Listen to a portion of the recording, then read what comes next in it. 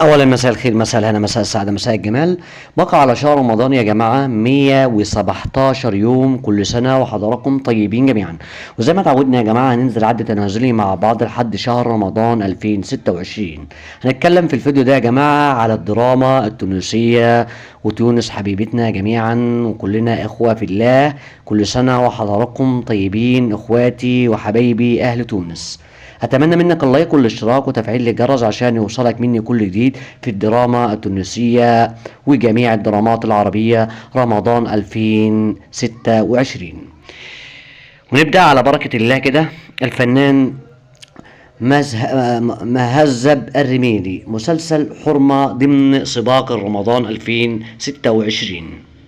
وقرر الممثل مهذب الرميلي أن سيكون حاضر في السباق الرمضاني المقبل في خلال كتابة سيناريو مسلسل حرمة الذي سيتواصل على امتداد 15 حلقة. وأضاف في مداخلة له اليوم على الجوهرة اف ام أن العمل الدرامي قد نال الموافقة المبدئية لأحد القنوات التلفزيونية في انتظار تحويله إلى سيناريو اخراجي.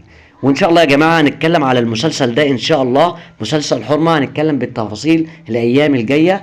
فاتمنى من الاخوه التونسيين لايك واشتراك وتفعيل للجرس عشان يوصلهم مني كل جديد في الدراما التونسيه وجميع الدرامات العربيه ان شاء الله رمضان 2026. واضغط لايك بحضرتك، بتبخل عليا باللايك.